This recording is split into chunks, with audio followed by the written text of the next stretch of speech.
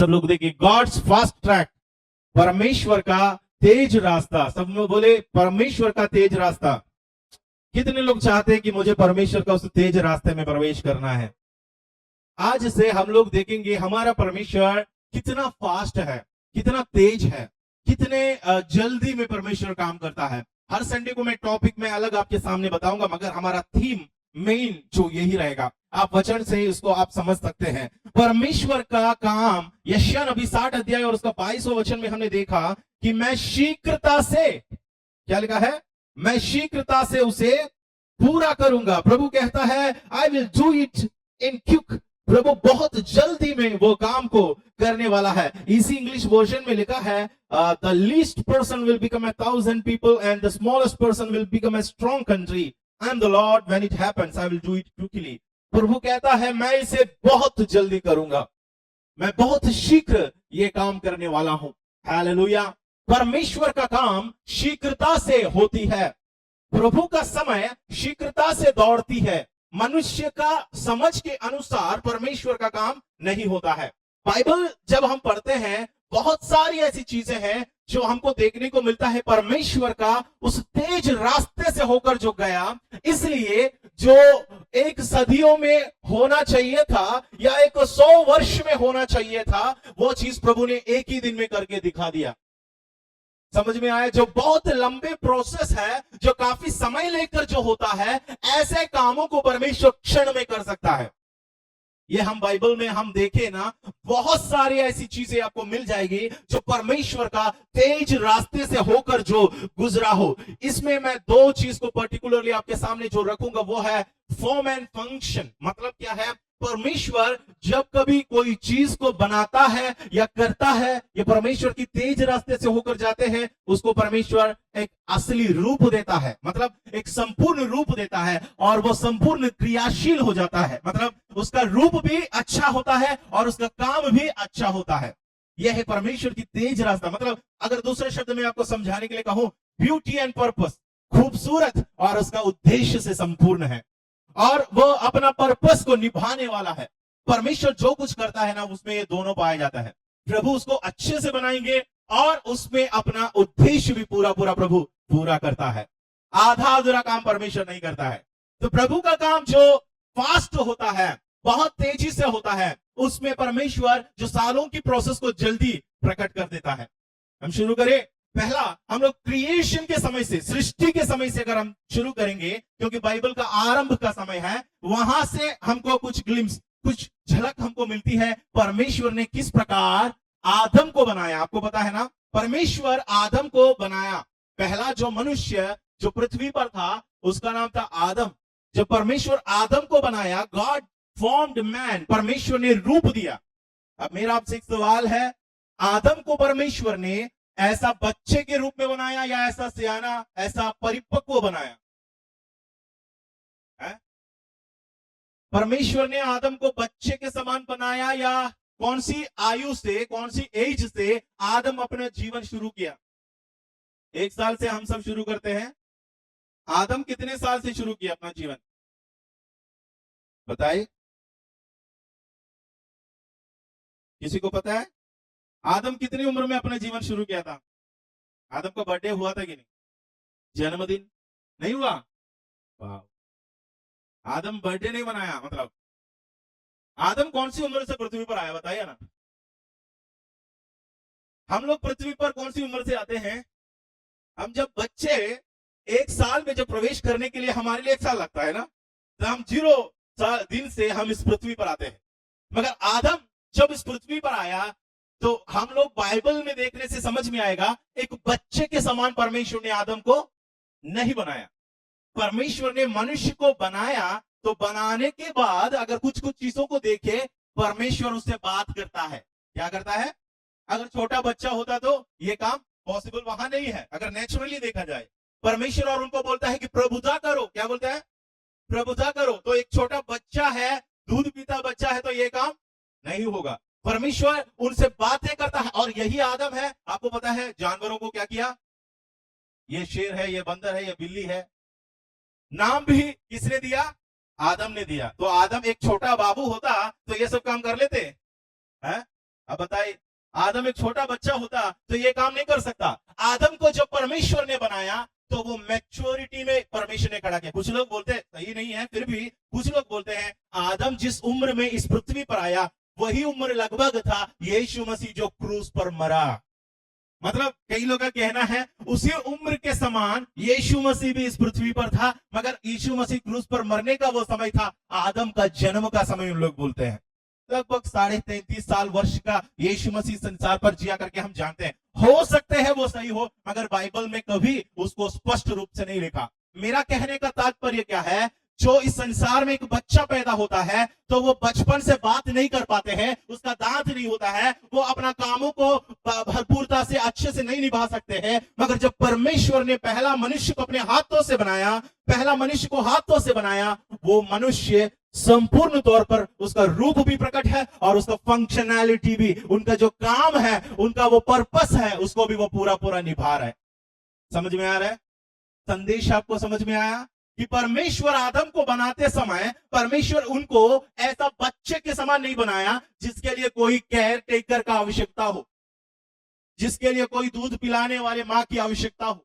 मगर जब परमेश्वर बनाया तो परमेश्वर ने उसको परिपक्व बना दिया।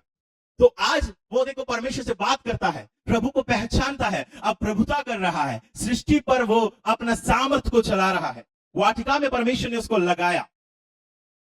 जब पहला मनुष्य को प्रभु ने बनाया तो उनको क्रियाशील यानी वो पूरा फंक्शनैलिटी के साथ, फॉर्म के साथ प्रभु ने बनाया, अपने स्वरूप और सदृशता में परमेश्वर ने उसे बनाया। यहां पर परमेश्वर का वो फास्ट काम हमको देखने को मिलता है। प्रभु आज ही चाहिए तो हमें परिपक्व बना सकता है। हम बोलते नहीं ये तो बोंधू है, हम बोलते नहीं ये तो समझदार नहीं है, मेरे बच्चे पढ़ाई में वीक है, कमजोर है, दिमाग नहीं है। मैं आपको बोलूं, एक सवाल और मैं आपसे करूं, सबसे कम उम्र में राजा की गद्दी में बैठने वाले का नाम आपको पता है? सबसे कम उम्र में राजगद्दी पर बैठा है दाऊद, सुलेमान। योआश नाम सुने हो? योआश नाम का एक व्यक्ति है, जोश, उसका नाम बाइबल में लिखा है। वो कितना साल में? नो नो नो नो 7 वर्ष में वो राजगद्दी पर बैठा। कितने साल में? 7 वर्ष में राज सिंहासन पर बैठा है। हम जानते हैं कि वहां का महायाजक उस समय उनको नेतृत्व दे रहा था, जरूर उनको गाइड कर रहा था, मगर नियुक्त करने वाले परमेश्वर स्वर्ग में है। वो चाहे ना तो वो 7 साल का बच्चे से भी इस्राएल का राज्य को वो चला सकता है। मेरा परमेश्वर ऐसा है, वो चाहते ना तो हमारा जो भोलेपन है, हमारा निर्बुद्धिपन है, हम जो बोलते तो गधे हैं, इसको ज्ञान नहीं, समझ नहीं, मगर आज मैंने बताया प्रभु के वचन के खुलने से भोले को भी ज्ञान प्राप्त होती है। आप भी ज्ञानवान बन सकते हैं, आप भी परमेश्वर की उपस्थिति में सामर्थी बन सकता है। वो कई दिनों से नहीं होता, वो ट्रेनिंग से नहीं होता, वो अचानक परमेश्वर प्रकट कर देगा। मछली पकड़ने में एक्सपर्ट लोग अचानक कलीसिया के खंभे बनकर खड़े हो गए। जिस समय पवित्र आत्मा उन पर उतरा, जिस समय वे मरकुस की अटारी में बैठे थे, जब पवित्र आत्मा उन पर उतरा, वे 11 एक साथ खड़े हो गए। पतरस सामने है, पतरस के साथ वे प्रचार कर रहे हैं। अब वो लीडर्स है, अब वो चर्च के लीडर है। ना बाइबल सेमिनारी में गया, ना हमारे जैसे 3-4 साल 5 साल की ट्रेनिंग लिया, ना बाइबल का अध्ययन किया, कुछ ना करके अगर एक ही पल में, एक ही क्षण में वे ऐसी सामर्थ्य बन सकता है, तो समझ लो मेरा परमेश्वर का ट्रैक जो होता है, रास्ता जो होता है, बहुत तेजी रास्ता है। हमारी रास्ता 3 साल की रास्ता होता है, हमारी रास्ता 5 साल की रास्ता होता है। हम बोलते प्रभु मेरे लिए तो काफी टाइम लग सकता है, मैं एक आपके लिए लायक बनने के लिए, सेवा करने के लिए, योग्य बनने के लिए, लीडर बनने के लिए, मगर मेरा परमेश्वर कहता है ये काम मैं एक ही दिन में कर सकता हूं, क्योंकि मैं ये शीघ्र में करने वाला परमेश्वर हूं। हालेलुया। मेरा परमेश्वर जो कुछ बनाया, सृष्टि का अगला देखेंगे हम, देखिए परमेश्वर ने वृक्ष को बनाया है ना, पेड़ पौधे बनाए, फलवंत वृक्ष बनाया। आपको पता है परमेश्वर ने जब वृक्ष बनाया तो उसमें फल लगने लायक बनाया। ऐसा नहीं कि प्रभु ने बीज बोया और इंतजार किया कि कब ये बड़ा होगा। हम लोग क्या करते हैं, बीज बोते हैं और इंतजार करते हैं कि कब ये बड़ा होगा, उसकी इंतजार में बैठते हैं। मगर जब परमेश्वर ने वृक्ष बनाया, आपको पता है ट्री रिंग्स, उसमें एक एक रिंग दिख रहा है पेड़ के अंदर, आप लोगों ने रिंग देखा होगा ना। ये क्या दर्शाती है? उसका एज दर्शाते, उसमें एक एक रिंग उसका एक एक साल दर्शाता है। एक एक साल में वो कैसे कैसे बढ़ा, उसमें चौड़ा वाला पतला वाला सब दिखेगा, वो क्लाइमेट का वेरिएशन दर्शाता है। साइंटिस्ट लोग ये देख के पता चलता है कि ये वृक्ष कौन सी क्लाइमेट से होकर गुजरा। एक वृक्ष के अंदर हर एक इतिहास पाया जाता है, आपको पता है। एक पेड़ के अंदर वो पेड़ जहां से गुजरा है, शायद हो सकते हैं एक जंगल में आग लगी हो, उसका भी आज इसके अंदर आपको दिखेगा।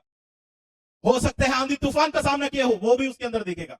साइंटिस्ट लोगों के लिए जो जानकारी चाहिए वो वृक्ष को अंदर देखने से सब मिल जाता है। एक एक जो राउंड है वो उसका एक एक बढ़ती का साल दर्शाता है। मैं एक साल में इतना बड़ा, दूसरा साल में इतना बड़ा, तीसरा साल में इतना बड़ा, चौथा साल में इतना बड़ा, और जितना इसमें सर्कल पाए जाते हैं वो उस वृक्ष का आयु है। आपको पता है जब परमेश्वर ने बनाया तो वृक्ष ऐसा निकला जैसे कि 50 साल पुराना वृक्ष अचानक खड़ा हो गया हो। जब परमेश्वर बनाता है तो परमेश्वर को 50 साल नहीं लगेगा कि एक वृक्ष के अंदर ऐसा रिंग्स बनाने के लिए। परमेश्वर के पास ऐसा वक्त नहीं है कि एक बीज बोए और इंतजार करे कि वो फल कब उगेगा तब मैं उसको काट कर खाऊं। नो, परमेश्वर अगर चाहता तो वो वृक्ष में आज ही फल ला सकता है। मेरा परमेश्वर की सृष्टि कितना खूबसूरत है ना। मेरा परमेश्वर की गति कितना तेज है। मेरा परमेश्वर का रास्ता कितना तेज है। उनका रास्ता कितना स्पीड में है। वो परमेश्वर है हमारा तेज गति पर, हमें तेज रफ्तार पर, तेज मार्ग पर हमें ले जाने वाला परमेश्वर है। आज हम लोग ये संदेश को सुनेंगे तो हमारा जीवन में ये विश्वास होना चाहिए, मेरा हर एक रुका हुआ काम को मेरा परमेश्वर तेजी से बढ़ा सकता है। मेरा हर एक बंद काम को परमेश्वर चाहे तो आज ही रास्ता खोल सकता है। मेरे लिए अद्भुत रास्ता खोलने वाला एक परमेश्वर, मेरे लिए आसमान की झरों का खोलने वाला एक परमेश्वर, मेरे लिए हालेलुया सृष्टि को बनाने वाला परमेश्वर, उस खुदावंद की मैं आराधना करता हूं। अगर वो मेरे लिए ये सब कुछ कर सकता है तो मेरा परमेश्वर के लिए कोई भी काम कठिन नहीं होगा। मेरा परमेश्वर के लिए कोई भी काम अद्भुत नहीं होगा, क्योंकि मेरा परमेश्वर ये करते आया है। हालेलुया। तीसरा अगला हम देखें, और स्त्री को जब परमेश्वर ने बनाया, हवा को बनाया कि नहीं? हवा को बनाया तो हवा बाबू थी क्या? छोटे बच्चे थे क्या? बेबी है। आदम की पसली जब निकाला और जब परमेश्वर ने स्त्री का सृष्टि किया तो स्त्री कौन सी अज की थी? बताइए। हवा को भी परमेश्वर ने आदम के लिए उचित जीवन साथी के समान बनाया। इसलिए वो पैदा होते ही उसको देखकर ये नहीं बोला ये बेबी मेरा हड्डियों का हड्डी और है, ऐसा बोले क्या? ये बच्चा है ना मेरा, कौन है? हड्डियों का हड्डी और मांस का, ये जब बड़ी हो जाएगी तो मेरा जीवन साथी हो जाएगा। ऐसा था क्या? ऐसा नहीं था। जब परमेश्वर ने हवा को बनाया तो हवा आदम के लिए उचित जीवन साथी थी। उसको देखकर कहा ये नर से निकाला गया बाबू नहीं, ये नर से निकाला गया नारी है।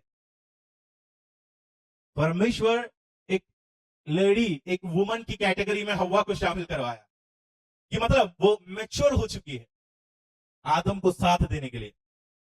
बनाने में कितना देर लगता है प्रभु को? ज्यादा समय नहीं लगता। एक पसली निकालकर प्रभु ने बनाया और उसे परमेश्वर परिपक्व बना सकते हैं। तो मेरा परमेश्वर का काम बहुत तेजी है। मेरा परमेश्वर का काम इंतजार करके बैठने का काम नहीं, कब ये समझदार हो जाएगा, कब ये बड़ा हो जाएगा ना। मेरा परमेश्वर उसको आज ही समझदार बना देगा, आज ही परिपक्व बना देगा। हवा को भी प्रभु ने बनाया तो आदम के लायक बना के दिया। सृष्टि में ऐसा बहुत सारी चीजें हैं, जानवरों को देखो, हर एक चीज को देखो, सारी चीज उसका रूप भी है और उनका फंक्शन भी है। जिस फंक्शन के लिए बनाया गया उसी के साथ भी आए। जब प्रभु बनाता है तो हर एक चीज ऐसा होता है। हम लोगों को शुरू से करना पड़ता है, बीज से शुरू करना पड़ता है, लेकिन परमेश्वर का काम तेजी से होता है। बीज को परमेश्वर फलवंत वृक्ष बनाकर दिखा सकता है। मेरा प्रभु ऐसा काम करता है। हम बाइबल के कुछ और उदाहरणों के और हम जाएं जिसके द्वारा हमको ये बात पता चल जाए। पहला एक और उदाहरण हम देखेंगे। अगला एक उदाहरण मैं आपको बताना चाहूंगा। हारून के बारे में हम सब जानते हैं ना। हारून और लेवी गोत्र जब मूसा के खिलाफ में लोग बोलने लगे और अधिकार के खिलाफ में इस्राएली लोग लड़ने लगे, वे बोले कि क्या सिर्फ परमेश्वर ने लेवियों को, हारून को या मूसा को चुना है? हमको भी नहीं चुना, हम भी परमेश्वर के ही हैं, हम भी इस्राएल से हैं, हम भी शुरुआत से हैं, मिस्र से हम भी निकले हैं, और सिर्फ मूसा और हारून को यह पद क्यों दिया गया? कभी कभी ऐसा हो जाता है, नेतृत्व से लड़ने वाले लोग भी पाए जाते हैं। उन लोगों को अगुए लोग पसंद नहीं आते। कुछ समय तक सही रहेंगे, उसके बाद बोलेंगे हटाओ, मूसा को हटाओ, हारून को हटाओ, ये नहीं चाहिए।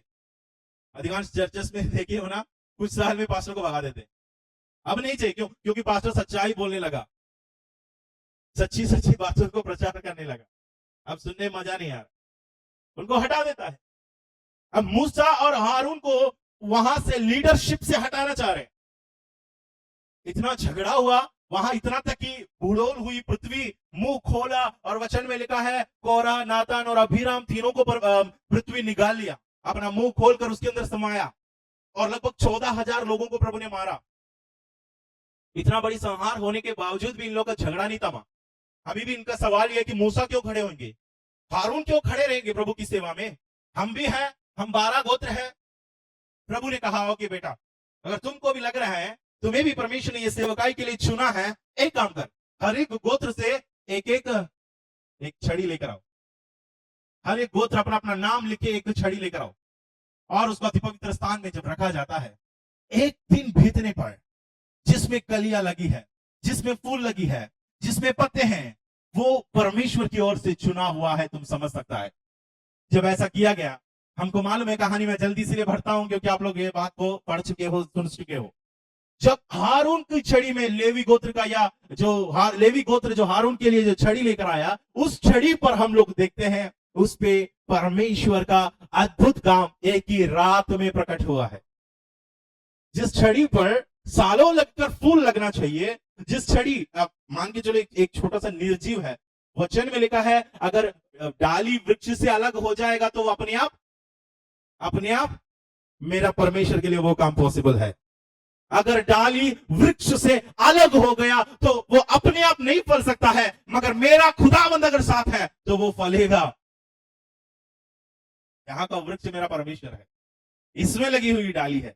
ये डाली अकेला है, मगर बाकी 11 डाली इसके खिलाफ लड़ रहे हैं। रात ही रात को प्रभु ने ऐसा अचंबा काम किया कि वो डाली में जो निर्जीव है उसमें जान आई, उसमें पत्ते निकले, कलियां निकले, इतना तक उसमें फल भी निकलने लगा। अगला दिन जब निकाल कर लाया, ऐसा लगेगा कि मूसा ने कहीं से चिपकाया हो। ऐसा चमत्कार इस्राएलियों के सामने परमेश्वर एक ही रात में करके दिखाया। आपका समस्या एक बड़ी समस्या है क्या प्रभु के लिए? आप बताएं।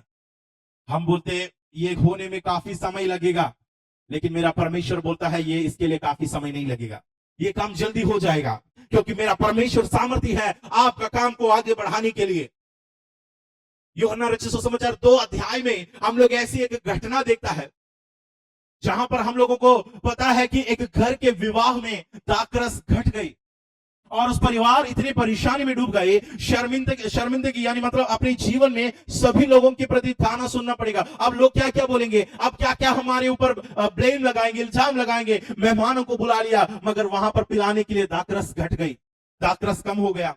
परेशानी गंभीर है, समस्या बहुत बड़ा है। ऐसी बात नहीं कि अचानक इसको सुलझा जा सके, क्योंकि दाखरस जो बनता है वो एक बड़ी प्रोसेस में होकर बनता है। उसके लिए लगभग एक अच्छा दाखरस बनने के लिए कम से कम 6 से 1 साल तक का, यानी 6 महीने से 1 साल तक का टाइम गैप लेता है। उसके बाद ही उसका फर्मेंटेशन प्रोसेस जो होता है, उसको वो अच्छा जो दाखरस बनकर निकलता है।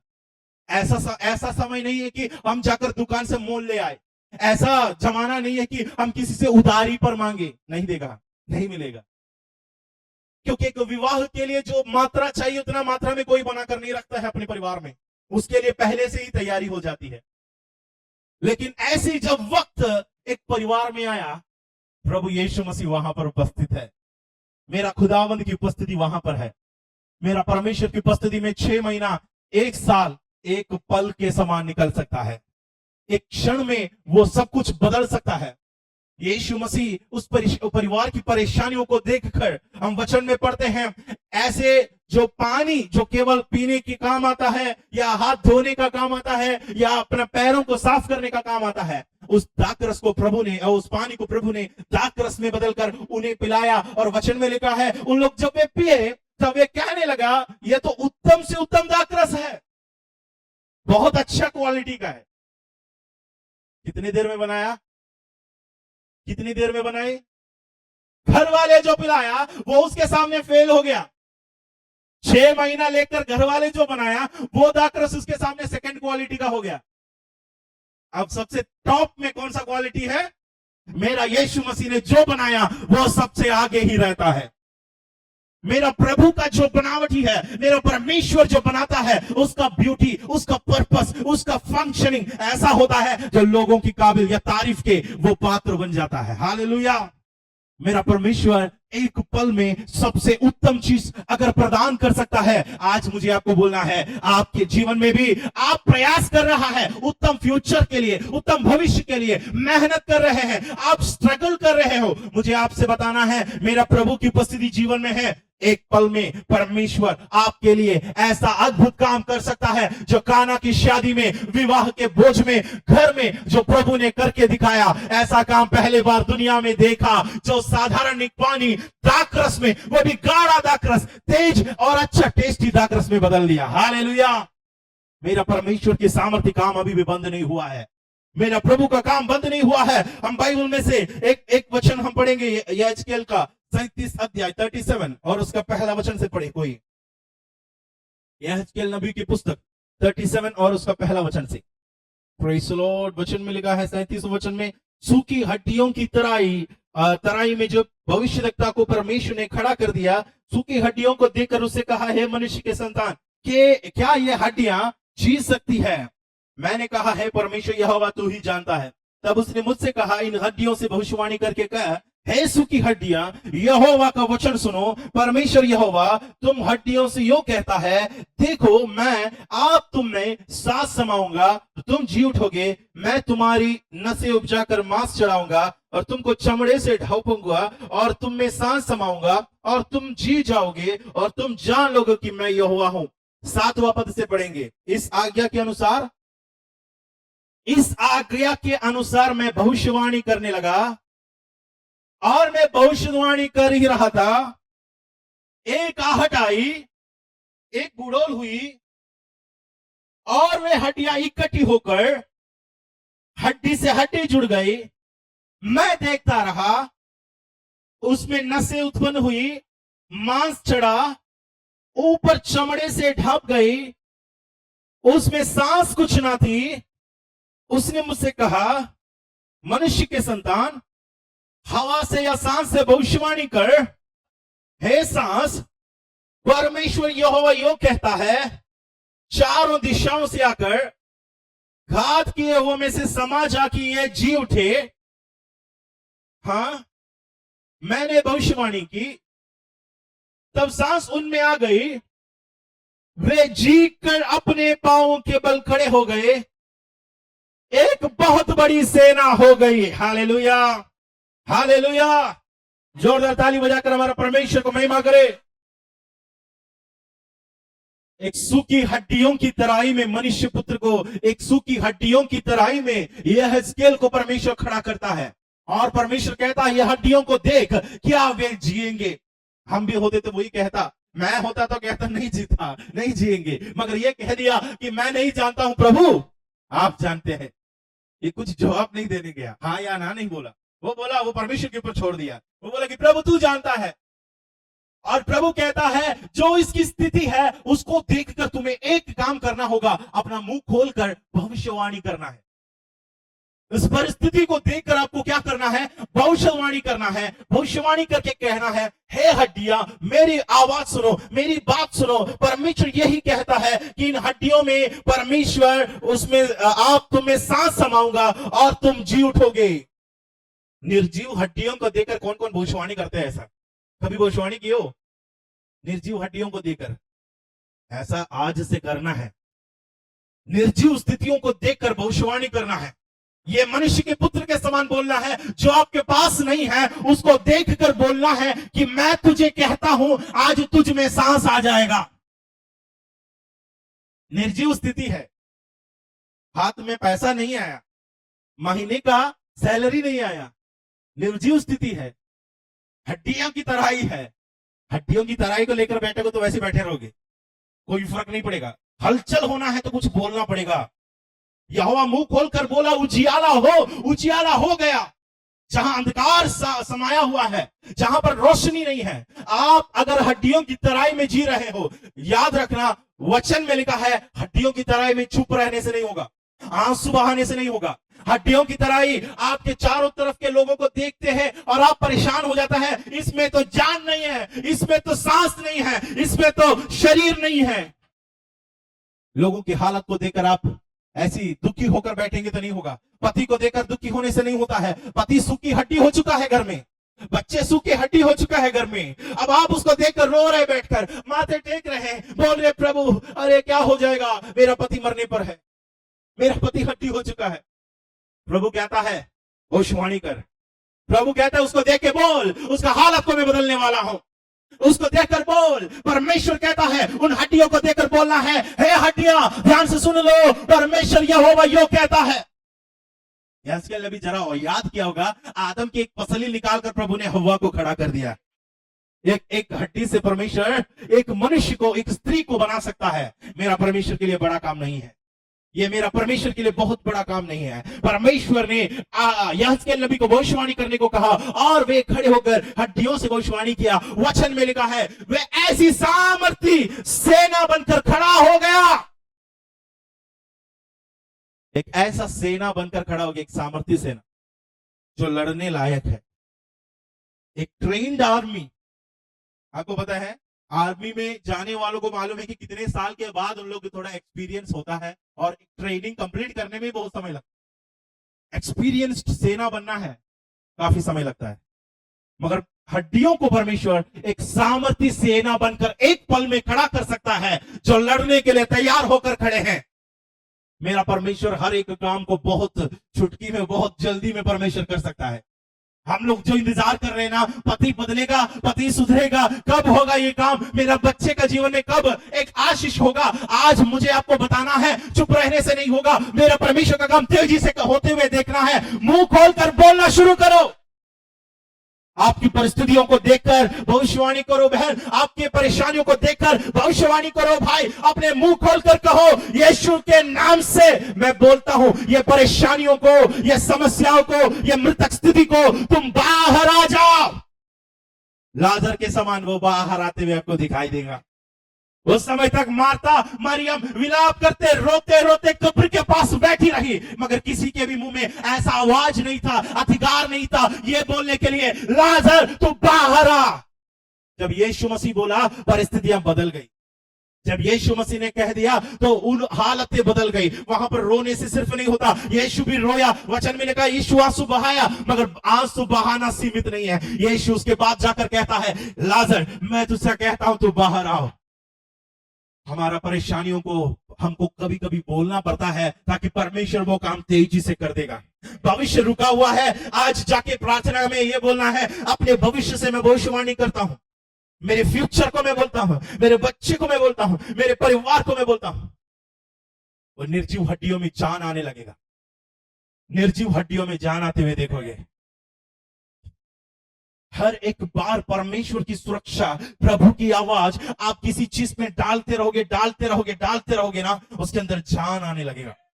धीरे धीरे परमेश्वर का वो जान उसके अंदर, वो नस उसके अंदर आई, मांस पकड़ने लगा। वचन में लिखा है एक ही झटके में नहीं, यहां पर देखते एक ही झटके में नहीं, हमें परमेश्वर वो प्रोसेस सिखाया। हुआ तो एक ही दिन में हुआ, हमारे लिए वो तो बहुत फास्ट काम है, मगर एक एक प्रोसेस प्रभु ने इसको दिखाया। नस आ गए, उसमें चमड़ा आ गए, मांस भर गया, मगर उसमें क्या नहीं था, सांस नहीं था। प्रभु कहता है फिर से कहो, किससे, हवा से भविष्यवाणी कर, चारों ओर की हवा को बोल, इसकी ओर फूको, इसकी ओर हवा मारो। प्रभु बार बार हमें क्यों सिखाते हैं मालूम, एक बार से हमारा विश्वास मजबूत नहीं होता करके प्रभु जानता है। तेरे बातों को सब लोग सुन रहे हैं करके ये पता चलना है, तेरी आवाज को हवा मानता है, तेरी आवाज को सूखी हड्डियां सुन रही है, तू बोलोगे तो वैसा हो जाएगा। मुझे लगता है जब चेले लोग आंधी और तूफान में जब वे फंस गए थे नाव में, प्रभु से उम्मीद क्या था मालूम, इन्हीं लोग अपने मुंह के वचनों से उसको थमाए, शांत करवाए। नहीं हुआ। यीशु ने उठकर डांट कर क्या कहा मालूम, हे अल्प विश्वासियों। मतलब प्रभु का नींद है ना, प्रभु सो रहे हैं, इसलिए प्रभु को गुस्सा नहीं आया कि उसको जगा दिया। परमेश्वर का गुस्सा इस बात से था, प्रभु नाराज इस बात से था कि जो काम मैं कर रहा हूं ये काम तुम भी कर सकते हैं, ये काम तुम्हें भी करना है। इसलिए प्रभु ने उनको बोला भविष्यवाणी करो। एक बार नहीं, 2 बार भविष्यवाणी करवाया। तो एक बार हड्डियों को बोला जो निर्जीव था, दूसरे बार प्रकृति या जो चारों तरफ की हवा को बोला। मतलब उनको यह कंफर्मेशन दिया, तेरी आवाज को मानने वाले लोग हैं ये सब। सृष्टि परमेश्वर की ओर से मनुष्य के लिए बनाई गई चीज है। प्रभु ने मनुष्य के लिए बनाया है और वो आवाज, हमारी आवाज को वो सुनता है। इसलिए आदम को परमेश्वर ने कहा प्रभुता करने को, वो डोमिनियन में हमारा सामर्थ्य पाए जाते हैं। प्रियो, यहज़केल नबी की आवाज सुनकर हम लोग देखते हैं एक सूखी हड्डियां एक ही दिन में सामर्थी सेना बनकर वे खड़े हो गए, लड़ने के लिए तैयार हो चुका है। ट्रेनिंग कहां से मिला इनको ट्रेनिंग कहां से मिला? इनका हाथ में ये कैसे निपुण बन गया? परमेश्वर है इसके पीछे जो काम करने वाले। हर एक काम को मेरा परमेश्वर बहुत जल्दी करवा सकता है। दाऊद ने क्या कहा? दाऊद को राजमहल में परमेश्वर ने जंगल से पहुंचा दिया। वो कब हुआ मालूम? जब शमूएल भविष्यवक्ता आकर उनके सर पर क्या किया? अभिषेक का तेल मलाया। जिस वक्त अभिषेक का तेल उसके ऊपर गिरा, उस समय से वो जंगल का चरवाहा नहीं है, आज से वो इस्राएल का राजा है। अभिषेक का तेल जिस समय ऊपर गिरा, उस समय से उनका हालत बदल गया। ये अभिषेक हमें परमेश्वर की वो तेज रास्ते में ले जाता है। इसलिए मैं बोला आत्मा में होकर भविष्यवाणी करने को अभिषेक पाए है, सामर्थ पाए है। मुंह खोलकर बोलोगे, परमेश्वर वो काम तेजी से करके आपके जीवन में दिखाएगा। बहुत तेजी से ये काम आपके जीवन में होगा जब आप मुंह खोलकर बोलोगे, परमेश्वर मुझे भी अपने जीवन में भी मैं ये काम तेजी से होते हुए देखना चाहता हूं। हर एक डिले, हर एक धीमी प्रोसेस को कैंसिल करो यीशु के नाम से। बोलो ये हो जाना है। सालों हो गया इंतजार करके बैठे हैं, कब सुधरेगा मेरा पति, कब बदलेगा, कब मेरे साथ आएगा। आज आपकी बारी है, आपको मुंह खोलना है, हवाओं को बोलना है, आत्मा को बोलना है, वचन से बोलना है। प्रभु के जैसे दासों ने कहा वैसे सामर्थ्य से बोलना है कि आज मैं भविष्यवाणी करता हूं, आज मैं बोलता हूं, आज मेरा पति का जीवन में बदलाहट होगा, आज मेरे बच्चों का जीवन में बदलाहट होगा, आज मेरा वीजा का प्रोसेस हो जाएगा, आज मेरे लिए बच्चे का एक लक्षण परमेश्वर देगा, आज मेरा गर्भ को मेरा परमेश्वर खोलेगा। विश्वास से जो लोग बोलेगा उनके जीवन में ऐसा बदलाहट आपको देखने को मिलेगा। परिवर्तन आपके जीवन में आते हुए देखेगा जब आप भविष्यवाणी करोगे, जब आपके हालत बदलेगा। विश्वास से भविष्यवाणी करने का है। जिस समय अभिषेक का तेल चरवाहा दाऊद के ऊपर गिरा, उस समय तक जंगल में रहने वाला, उस समय तक घर में कोई वैल्यू नहीं है, उस समय तक कोई मूल्य नहीं। वो उनके सर पर जब अभिषेक का तेल आया, तब वो जंगल में नहीं, उनका स्थिति बदल गई। आज वो राजा है, आज वो इस्राएल के महल में है। अभिषेक आपको कहां से कहां लेकर गया? देखो प्रभु को वो तेजी काम देखो। परमेश्वर कैसे तैयार किया मालूम? आत्मा देखकर तैयार किया, अभिषेक देखकर तैयार किया। अब आपको पता चल जाएगा कि मैं उसके लायक कैसे हो सकता हूं। एक ही दिन में परमेश्वर मुझे इतना योग्य लायक कैसे बना सकता है? अपनी आत्मा के द्वारा बना देता है, अपनी सामर्थ के द्वारा परमेश्वर बना देता है, अभिषेक के द्वारा परमेश्वर बना सकता है। राजा दाऊद के बारे में हम देखते हैं, David from shepherd to king.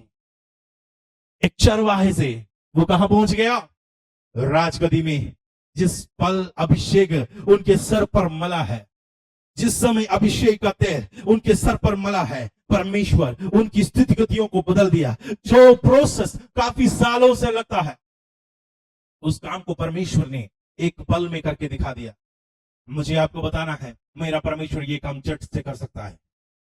भजन संहिता 84 और उसका 10 वचन, कोरह के संतानों ने ये भजन संहिता लिखा। वो कहता है कि one day in your courts is better than 1,000 elsewhere। एक दिन जो प्रभु के संगति में, परमेश्वर की उपस्थिति में जो मैं बिताता हूं, बाकी हजारों दिनों से बेहतर है। कितने लोगों को वचन का मतलब समझ में आया? एक दिन जो मैं परमेश्वर की उपस्थिति में बिताता हूं, बाकी हजारों दिनों से उत्तम है। हजारों दिन लेकर आप जो कमाते हैं, हजारों दिन लेकर जो आपने जो मेहनत किया, प्रयास किया, बड़े आने का कोशिश किया, यह हजारों दिन का काम परमेश्वर एक दिन में आपके जीवन में कर सकता है। एक दिन में कर सकते हैं। आप तो मेहनत कर रहे हैं, आप तो बहुत मेहनत करके उसको प्रयास कर रहे हैं। 1000 दिन बीत गए, लगभग 3 साल बीत गए, 3 साल से भी लायक नहीं हुआ, 3 साल से भी आप एलिजिबल नहीं पाए गए, 3 साल हो गया फिर भी आपका कोई ब्रेक थ्रू नहीं हुआ। आपके जीवन में कोई बदलाहट नहीं हुई, आपके जीवन में कोई चेंजेस नहीं आए, इतना तक आजकल लोग प्रभु की उपस्थिति को छोड़कर अपने काम को, बिजनेस को, अपने जो फ्यूचर को बनाने के लिए टाइम इस्तेमाल करते हैं। आज के जमाना उल्टा है। उस समय के भक्त लोग क्या कहता है, बाहर के 1000 दिनों से उत्तम है यहोवा की उपस्थिति का एक दिन।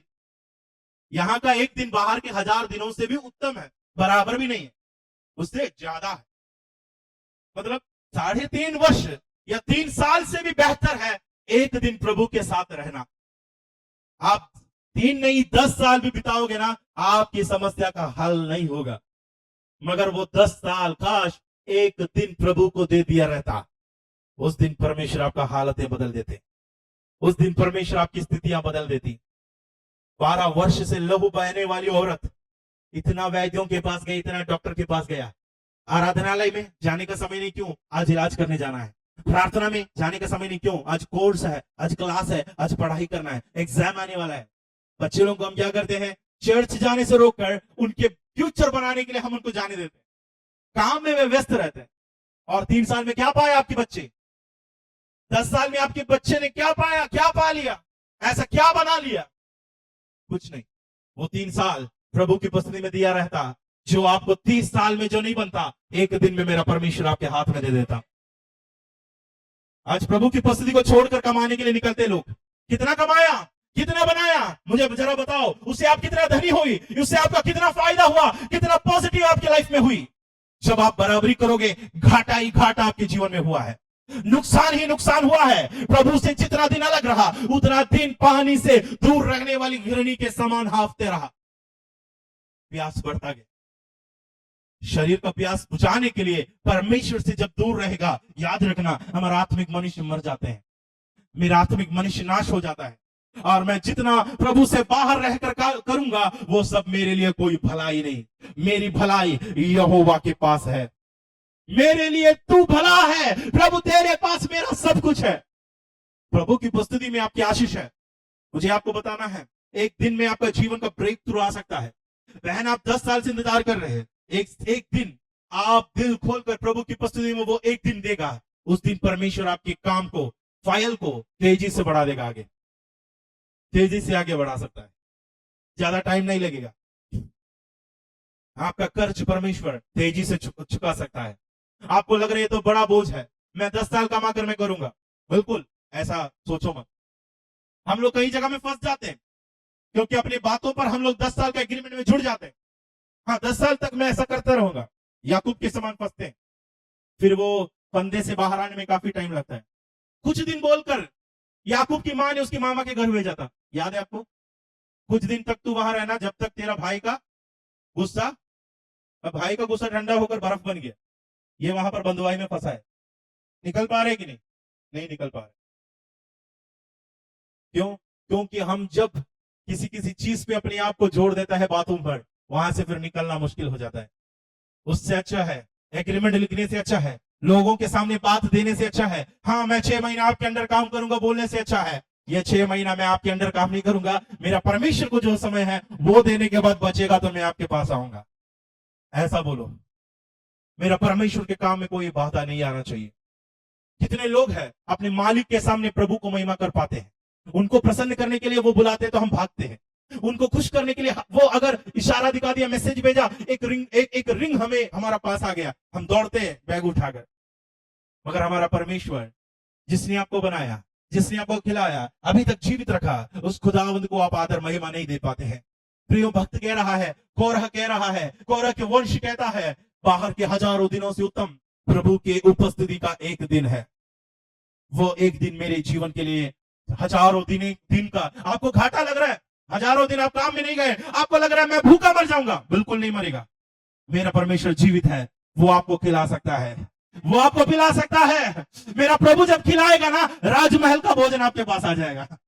एलिया अगर बनाता ना तो रेस्टोरेंट का खाना मंगवाता वो जोमेटो से, भूखे मरते बेचारा, इसीलिए वो कोई भी जोमेटो वाला दुकान वाला जो भी मंगवा के वो बासी खाना खाता बैठकर। प्रभु इंतजाम किया, राजमहल का भोजन वहां पर पहुंच जाता है। प्रभु उत्तम से उत्तम चीजें आपके जीवन में दे सकता है, उत्तम से उत्तम काम परमेश्वर आपके जीवन में कर सकता है। वचन संहिता 30 अध्याय और उसको 5वां वचन भी पढ़ेंगे। परमेश्वर शीघ्रता से आपके जीवन में ये काम कर सकता है। हजारों दिनों का एक दिन में प्रभु बदल सकता है। और भजन संहिता 30:5, क्योंकि उसका क्रोध तो क्षण भर का होता है, परंतु उसकी प्रसन्नता जीवन भर की होती है। कदाचित रात को रोना पड़े, for his anger is but for a moment, but his favor is for a lifetime. Weeping may endure for a night, but joy comes in the morning. कदाचित रात को रोना पड़े, कदाचित रात को रोना पड़े, सवेरे आनंद पहुंच जाएगा। कितने लोगों को अपनी जीवन में उम्मीद है इस रात मेरा बदल जाएगा, एक नया सवेरा आनंद के साथ मेरे पास आने वाला है। आज की रात बदल जाएगी। आज मैं रातकालीन समय में मैं जी रहा हूं। आज मेरे पास जो उम्मीद के खिलाफ में काम हो रहा है, मगर मुझे उम्मीद है मैं जिस प्रभु पर भरोसा रखा हूं, कदाचित मुझे रात को रोना पड़े, वो भी प्रभु की उपस्थिति में, एक दिन मेरे लिए इंतजार कर रहा है। एक दिन को परमेश्वर ने ठहराया है, वो दिन आनंद के साथ मेरे पास आने वाला है। आपके परिवार में वो दिन आने वाला है। आनंद का दिन आपके घर के डेरे के निकट आ रहा है, आपके जीवन के निकट आने वाला है। कितने लोग विश्वास से इस बात को ग्रहण करेंगे? एक आनंद का दिन प्रभु मुझे देने वाला है। मेरा आंसुओं को प्रभु बदलने का एक समय आने वाला है। शीघ्रता से प्रभु का काम प्रकट होने का एक दिन आने वाला है। प्रभु का वो फास्ट ट्रैक में हमको प्रवेश करना है। प्रभु का वो तेजी रास्ते में मुझे प्रवेश करवाए। एक पल हम प्रभु की उपस्थिति में अपने जीवन को समर्पण करेंगे, उस खुदावंत के हाथों में अपने जीवन को समर्पण करें। प्रभु से कह दे, परमेश्वर पिता, आपकी वो तेज रास्ते में मुझे प्रवेश करवाए, आपकी वो तेज रास्ते पर मुझे प्रवेश करवाए। मैं देखना चाहता हूं प्रभु तेरे वो अद्भुत कामों को, जो एक क्षण में होता है, जो एक पल में होता है। आदम के साथ तूने जो किया, सृष्टि के साथ तूने जो किया, काना के विवाह में तूने जो किया, हारून की छड़ी में जो तूने किया, दाऊद के जीवन में जो तूने किया, परमेश्वर मैं ऐसा अद्भुत कामों को देखना चाहता हूं जो तू हड्डियों की तराई में किया है। मैं जानता हूं प्रभु आपकी हालिया सामर्थ्य से मेरी कमजोरियां सामर्थ्य में बदल सकता है। मेरी निर्बलताओं में भी मुझे बल प्राप्त होता है। कितने लोग अपने जीवन को समर्पण करेंगे, खुदावंत को कहेंगे, मेरा परिवार का डेरा, मेरा परिवार के चारों ओर आनंद पहुंचने का दिन आने वाला है। मेरा दुख को बदलने का दिन है। रात को दिन में बदलने का समय आ रहा है। शाबा राधिया रखा। प्रभु का वो तेज रास्ते पर उतरे, प्रभु का वो तेज रास्ते पर उतरे, प्रभु का वो तेज रास्ते पर उतरे, प्रभु का वो तेज मार्ग में उतरे। अद्भुत छुटकारा वो प्रकट करेगा, अद्भुत सामर्थ्य वो आपके जीवन में प्रकट करेगा। धीरे धीरे होने वाले काम को वो तेजी से कर सकता है। शाबा बाबा बाबा लाबा रखा चला रबो लेखा रखा। मुंह खोल कर आंधी और तूफान को कहे, मुंह खोल कर सूखी हड्डियों को बोले, मैं यीशु मसीह के नाम में भविष्यवाणी करता हूं, मैं यीशु मसीह के नाम में भविष्यवाणी करती हूं। आपके फ्यूचर को बदलने का सामर्थ्य जो रखता है, आपके जीवन को एक पल में जो बदल सकता है। आज बच्चा नहीं है, मगर अब्राहम के पास स्वर्गदूत उतरने वाला है। आज आशीष नहीं है, मगर प्रभु का हाथ तुम्हारे ऊपर आने वाला है। आज बांझ बैठी है, मेरा प्रभु गर्भ को खोलने वाला है। राबा का सियान चला रखा, लापला चला रखा, उशेन चले रखे। घर में छुटकारा नहीं दिख रहा है, भविष्य का द्वार नहीं खोल रहा है। प्रभु का तेजी रास्ते